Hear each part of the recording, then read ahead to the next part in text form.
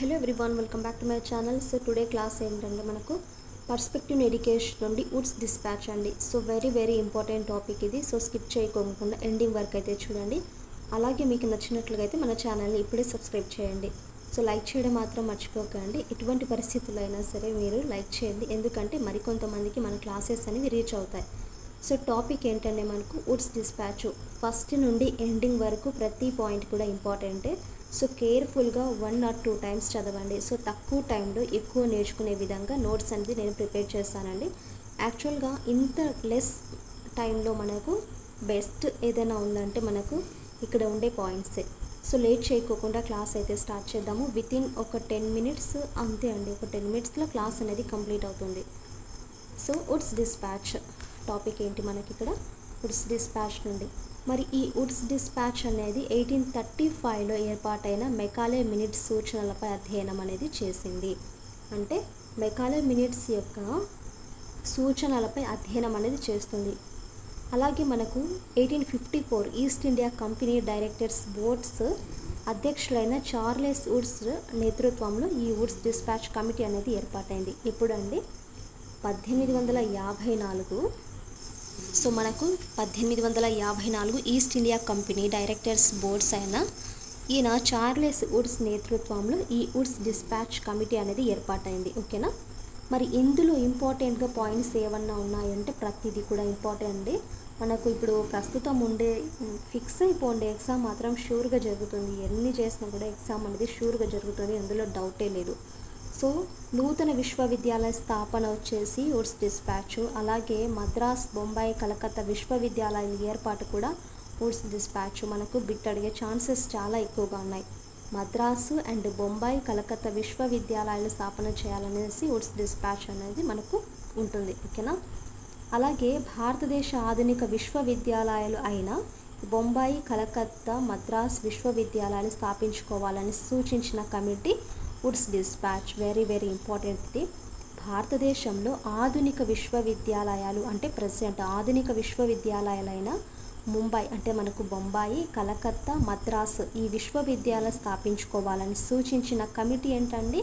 Woods dispatch. రేపు మనకు bit Madras, Bombay, Calcutta అనేది వచ్చింది అనుకోండి, కళ్ళు మూసుకుని సమాధానం మీరు వుడ్స్ డిస్పాచ్ అనేసి పెట్టేసేయండి.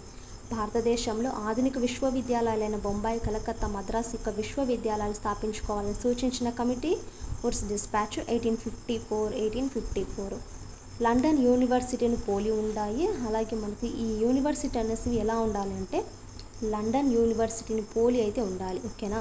స్త్రీ విద్యకు ప్రాధాన్యత ఇచ్చిన మొదటి కమిటీ కూడా వుడ్స్ డిస్పాచ్. Very important.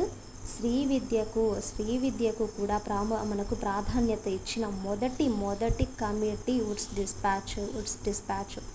మొదటి పట్టభద్రురాలకు వచ్చేసి కాదాంబని గంగూలీ గారండి. మొదటి పట్టభద్రురాలు ఎవరు మనకు వుడ్స్ డిస్పాచ్లో? కాదాంబని గంగూలీ. మరి మరో అండ్ పట్టభద్రురాలు అంటే మనకు చంద్రముఖి బస్సు గారు. Next directorate of public administration మనకు పబ్లిక్ ఇన్స్ట్రక్షన్ ఏర్పాటు కూడా Woods dispatch. Directorate of public instruction ఏర్పాటు కూడా Woods dispatch. Grant in aid system ఏర్పాటు. అలాగే ప్రైవేట్ యాజమాన్య పాఠశాలలకు ప్రభుత్వం ఆర్థిక విరాళం ఇవ్వడమే మనకి ఇది. ఓకేనా? గ్రాంట్ ఇన్ ఎయిడ్ సిస్టమ్ అంటే ప్రైవేట్ యాజమాన్య పాఠశాలకు ప్రభుత్వం ఆర్థిక విరాళం ఇవ్వడము. అండ్ ప్రైమరీ స్కూల్స్ కానీ, సెకండరీ స్కూల్స్, కాలేజెస్, యూనివర్సిటీ ఇలా అన్నీ కూడా వర్గీకరించాలనేది దీని యొక్క కమిటీ. అలాగే అభిరుచి ఎవరికైతే ఇంట్రెస్ట్ ఉంటుందో, సో మనకి ఇప్పుడు ఫర్ ఎగ్జాంపుల్ నాకు ఇంగ్లీష్ అనేది ఇష్టం ఉంది అనుకోండి, మీకు అదర్ లాంగ్వేజ్ అనేది ఇష్టం ఉంటుంది. సో అట్లా ఎవరికైతే అభిరుచి ఉన్న వారికి మాత్రమే ఇంగ్లీషు, మిగిలిన వాళ్ళకి వచ్చేసి మన యొక్క మాతృభాష ఉంటుంది కదా, సో మాతృభాషలో బోధించాలని సూచించింది కూడా వుడ్స్ డిస్పాచ్. చూడండి ఇక్కడ అభిరుచి ఉన్న వారికైతే ఇంగ్లీషు, లేదు మాకు ఇంగ్లీష్ నేర్చుకోవడం ఇష్టం లేదనుకునే వారికైతే మిగిలిన వారికైతే మాతృభాషలోనే బోధించాలనేసి ఈ కమిటీ అనేది సూచించింది.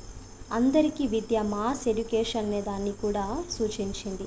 ఉపాధ్యాయ కళాశాలలు ప్రారంభించాలనేసి చెప్పింది. అలాగే హెచ్ఆర్ జేమ్స్ అనే చరిత్రకారుడు, ఇది ఇంపార్టెంట్ అండి చూడండి, హెచ్ఆర్ జేమ్స్ అనే చరిత్రకారుడు వుడ్స్ డిస్పాచ్ను మ్యాగ్నా కార్టా అనేసి మనకు అభివర్ణించారు. చూడండి, ఎవరు? హెచ్ఆర్ జేమ్స్ అనే చరిత్రకారుడు వుడ్స్ డిస్పాచ్ను ఎలా అభివర్ణించారు? మ్యాగ్నా కార్టా అనేసి అభివర్ణించారు. అలాగే మనకు 1215 ఆనాటి ఇంగ్లాండ్ రాజు కింగ్ జాన్ రాజు అధికారాలను పరిమితి చేస్తూ ప్రజల యొక్క భాగస్వామ్యాన్ని, మానవ హక్కులను గౌరవిస్తూ చేసిన ప్రకటనే మ్యాగ్నా కార్టా చట్టము. ఇది మనకి కన్క్లూజన్. మ్యాగ్నా కార్టా చట్టం అంటే ఏం లేదండి, ఆనాటి ఇంగ్లాండ్ రాజు ఎవరు? King John. ఈయన అధికారాలను ఒక పరిమితం చేస్తూ ప్రజల భాగస్వామ్యాన్ని, మానవ హక్కులను గౌరవిస్తూ చేసిన ప్రకటనే మ్యాగ్నా కార్టా. చూడండి, 1215 ఆనాటి రాజు ఎవరు? King John. ఆయన అధికారాలను పరిమితం చేస్తూ ప్రజల భాగస్వామ్యాన్ని, మానవ హక్కులను గౌరవిస్తూ చేసిన ప్రకటనే మ్యాగ్నా కార్టా చట్టం. వీడియో చూడండి, మనకు 7 minutes కూడా కాలేదు. సో హంటర్ కమిషన్ కూడా చెప్పేసుకుందాం, ఒక పని అయిపోతుంది, అంతే కదా. సో హంటర్ కమిషన్ వచ్చేసి 1882. Hunter commission 1882.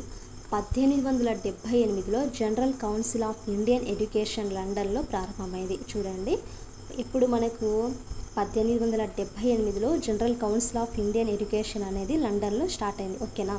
మరి 1882లో అప్పటి governor general Lord Rippon William Hunter నేతృత్వంలో ఒక కమిషన్ అనేది ఏర్పాటు చేశారు. ఇప్పుడు 1882లో అప్పటి గవర్నర్ ఎవరండి? General Lord Ripon.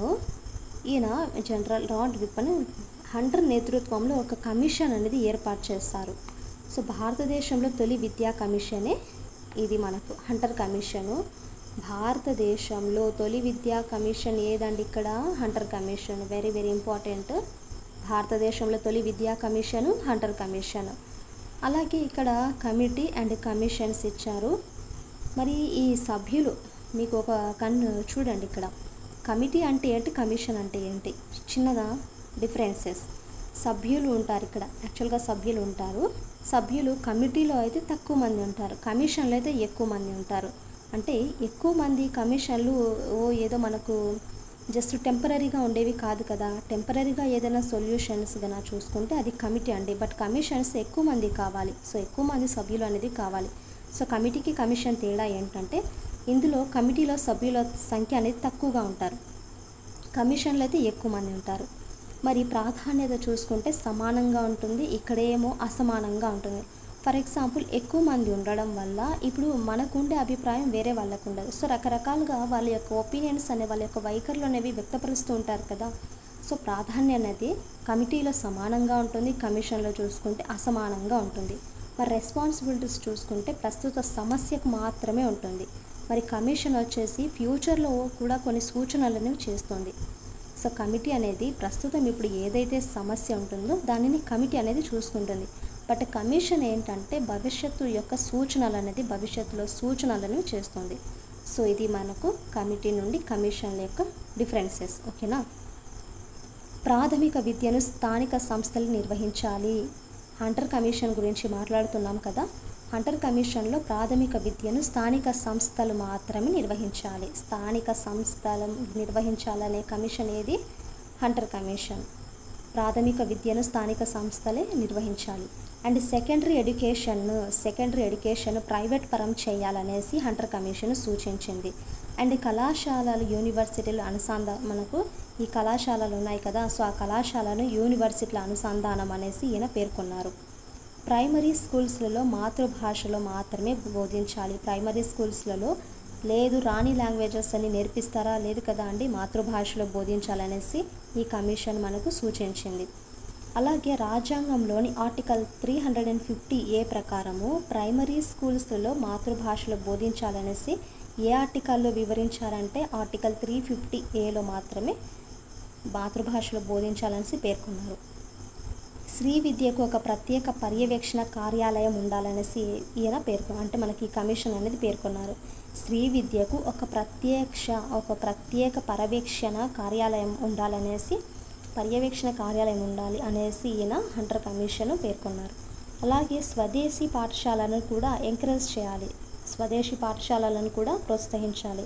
స్వదేశీ పాఠశాలలో తఖ్తా అనే కట్టె పలకలు అండి. స్వదేశీ పాఠశాలలో తఖ్తా అనే కట్టె పలకలు వాడుతున్నారనేసి 1882లో మన్రో పేర్కొన్నారు. సో ఈ బిట్ చూడండి, మనకు స్వదేశీ పాఠశాలలో తఖ్తా అనే కట్టె పలకలు వాడుతున్నారనేసి 1882లో మన్రో పేర్కొన్నారు. మరి ఈ ఉపాధ్యాయులకు శిక్షణ అనేది ఖచ్చితంగా అవసరం ఉంటుంది. శిక్షణ పొందిన ఉపాధ్యాయులచే నియమించాలి. ఉపాధ్యాయులకు శిక్షణ అనేది అవసరము. శిక్షణ పొందిన ఉపాధ్యాయులచే నియమించాలి. అలాగే 1902లో అప్పటి గవర్నర్ జనరల్ లార్డ్ కర్జన్ విశ్వవిద్యాలయాల కమిషన్ ఏర్పాటు చేస్తారు. ఎప్పుడండి? 1902లో అప్పటి గవర్నర్ ఎవరు మనకి? జనరల్ లార్డ్ కర్జన్ విశ్వవిద్యాలయ కమిషన్ అనేది ఏర్పాటు చేస్తారు. ఏ ఇయర్లో? 1902లో 1902లో ఈయన విశ్వవిద్యాలయ కమిషన్ అనేది ఏర్పాటు చేస్తారు. అలాగే 2 years తర్వాత మళ్ళీ విశ్వవిద్యాలయ చట్టం అనేది చేశారు. 1904లో విశ్వవిద్యాలయ చట్టం చేశారు. ఇక్కడ విశ్వవిద్యాలయ కమిషన్కి విశ్వవిద్యాలయ చట్టం గురించి డిఫరెన్సెస్ అనేది చూద్దామండి. కొత్త విశ్వవిద్యాలయాన్ని స్థాపించకూడదు, ఉన్న వాటిని మాత్రమే సంస్కరించాలనేది విశ్వవిద్యాలయ కమిషన్ 1902. ఓకేనా? విశ్వవిద్యాలయాల చట్టం ఏమని చెప్తుందంటే విశ్వవిద్యాలయాల విధులు విస్తృతం చేయాలనేసి ఇది చెప్తుంది. సెనైట్ సిండికేట్ను పునర్వ్యవస్థీకరించాలి. అలాగే సెనైట్ సిండికేట్లకు చట్టపరమైన గుర్తింపు అనేది ఉంటుంది. అధ్యాపకులకు ప్రాధాన్యత అనేది ఇవ్వాలి. అధ్యాపకులకు కూడా ప్రాధాన్యత అనేది ఇచ్చింది. సేమ్ ఇది కూడా. సెనైట్ సిండికేట్లలో సభ్యుల సంఖ్య అనేది తగ్గించాలి. బట్ ఇక్కడైతే ఏం లేదు. అనుబంధ కళాశాల గుర్తింపులో తగిన ప్రమాణాలు అనేది పాటించాలి. అనుబంధ కళాశాల స్థాపనలో కఠిన నియమ నిబంధనలను విధించింది ఈ విశ్వవిద్యాలయ చట్టం అనేది. సో ఇక్కడ నేర్చుకుంటే ఇక్కడ కూడా మనకు ఈజీ అవుతుందంటే ఎప్పుడైనా సరే.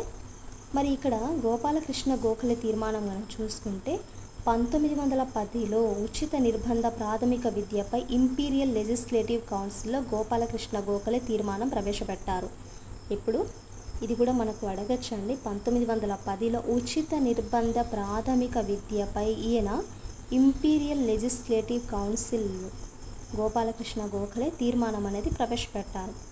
ఉచిత నిర్బంధ ప్రాథమిక విద్యను 2010 ఏప్రిల్ 1న దేశమంతా అమలు చేస్తారు. నిరక్షరాస్యులు, అమాయకులు ఉన్న జాతి అభివృద్ధి అనేది చెందలేదు.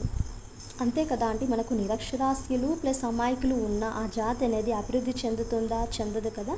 సో ఉచిత నిర్బంధ ప్రాథమిక విద్యను వచ్చేసి 2010 ఏప్రిల్ 1న దేశమంతా దీన్ని అమలు చేయడం అయితే జరిగింది. సో ఇది మనకి జస్ట్ ఒక 14-15 మినిట్స్లో కల్లా 2 టాపిక్స్ మనం నేర్చుకున్నాం.